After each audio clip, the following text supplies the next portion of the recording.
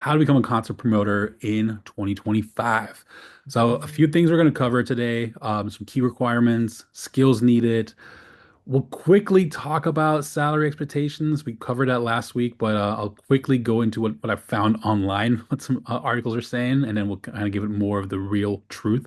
I'll go through my journey because everyone's journey is different, and then just some keys to success. So that's kind of what we'll cover and how to become a concert promoter for today's lesson. So first up, key job requirements. The first thing you need to do is network, right? I've talked a lot about networking here for those of you that gone to college or whatever for this stuff too, you're going to hear networking, networking, networking all the time. A few different things. One of my good friends and mentors in teaching, Jessica Wiki at UCF, she always says it's not about who you know, but who knows you, right? So that's start number one. And then what I always add on top of that, once they know you, you still got to keep an active network, right? So if you're not keeping an active network and you're consistently following up with them, not annoyingly, right? Where it's like every week, but like every few months, follow up if you haven't heard from someone, right? So you're keeping your network active. That's how you build a really strong network. But for starters, when we're first starting on becoming a concert promoter, like where do we meet these people first, right? At when you first start. So the first place on networking would be conferences. There's two main ones if you want to be a concert promoter and you're serious about it, two main ones everyone should go to. One is Pollstar Live, that happens in LA every February. Then the other one of the four definite everyone should go to is IEBA, International Entertainment Buyers Association, and that's in Nashville every October. Um, so those are two definite. The third, if I needed to add a definite, would be NIVA, was a National Independent Venue Alliance. They do an annual conference. Was amazingly in New Orleans last year, which is convenient, but it's not going to be there this year. I think it's in Milwaukee. I think this year. And this will be the second or third year they're doing it. It's a pretty new organization. They started during the pandemic, and it was kind of to help independent venues get some funding. That was their main mission first, and they're pretty politically active and trying to like change some legislation on the federal level to help benefit independent venues. And then they also offer a lot of resources for independent venues. So that's a great group to be part of.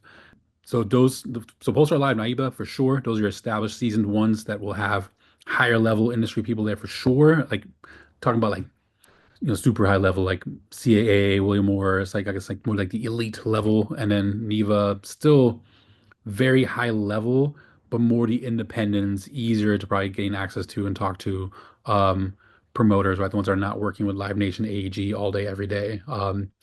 Were the ones that you should probably start networking with. So NIVA is probably a really important conference for people here. The bonus one, it's purely bonus if you want to do more, but I would not prioritize this one over these other three is South by Southwest. It's the classic historic one, but South by Southwest has become way more than just music. So yes, a good one to go to, but I wouldn't prioritize that over PollstarLive, IEBA, and NIVA. So definitely make sure you go to those. Then besides going to these conferences and actually meeting these people face to face, right? So the best way to meet someone is face to face. However, you may need to make an introduction beforehand, right? So of course, communicating over email. The best way to communicate, some of the newer agents will do social media to start, right? You can maybe hit like DM them. Back in the day, it was frowned upon.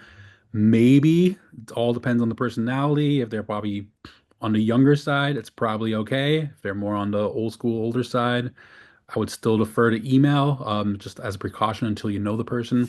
But I would always precaution to use email first, versus DMs. If you can't find an email, DM them, be quick, saying, "Hey, I'm interested in working with you on this artist. I couldn't find an email for you. Could you provide me an email so I can just send you some more information about me?" Right? So kind of just almost with your DM outreach, try to push the conversation to email, unless they're okay with DMing them. And then they might say, "Oh, you just contact me here. That's fine," right? But leave it up to them. Then besides that, so a lot of cold outreach, right? So a lot of, and we'll talk about some tools that you need to figure out like how do you find these emails and these people. So a lot of cold outreach in the beginning, a lot of cold follow-up, right? So keeping your network active. So even though it's a cold network, still you haven't met them yet, still follow up consistently, right? What is annoying?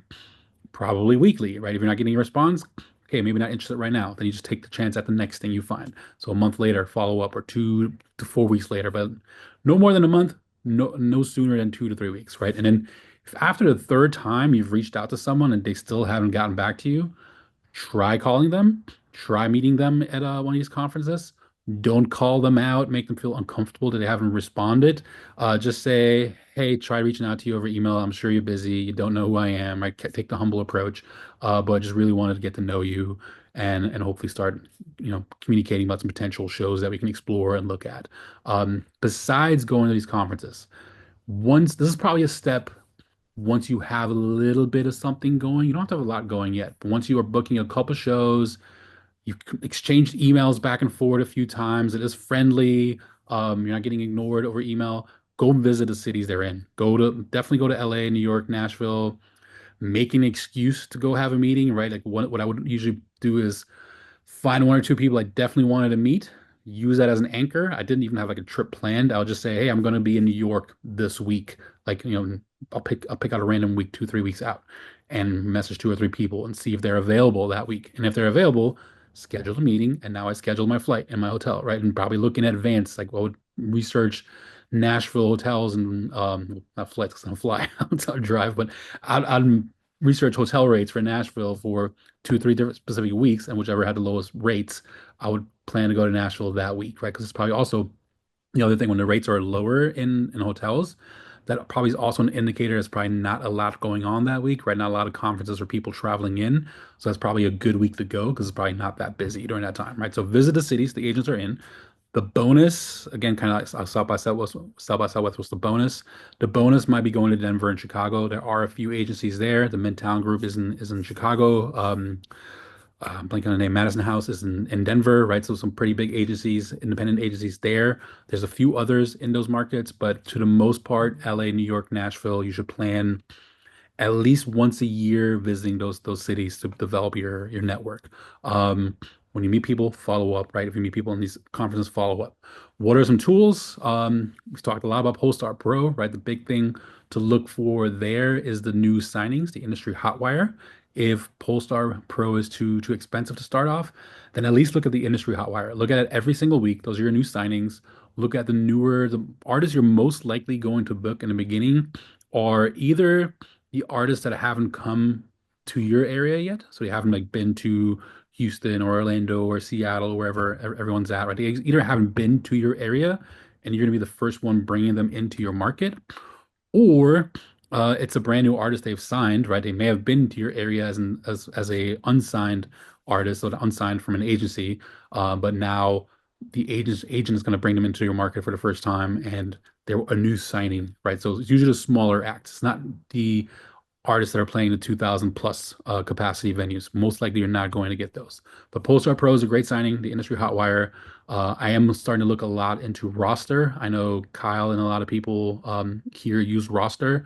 Rostr puts out these really cool graphics about festivals. So they have this graphic they'll put out for Coachella.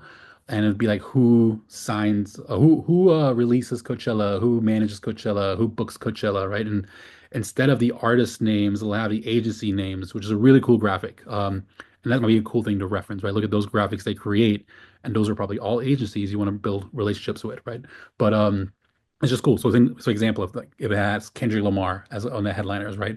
Instead of Kendrick, it'll have the agency that represents Kendrick as the headliner, and who books, and then who manages will be the management company, who releases will be the record label, and so on. So those are cool graphics they put out. And Roster has multiple different levels of signing up, and actually someone I'm gonna have one of our people reach out to see if we can have them come and do a tutorial on how Roster works for everybody here. The last thing I'll say on tools is kind of a to-do, but it is a tool that I use a lot.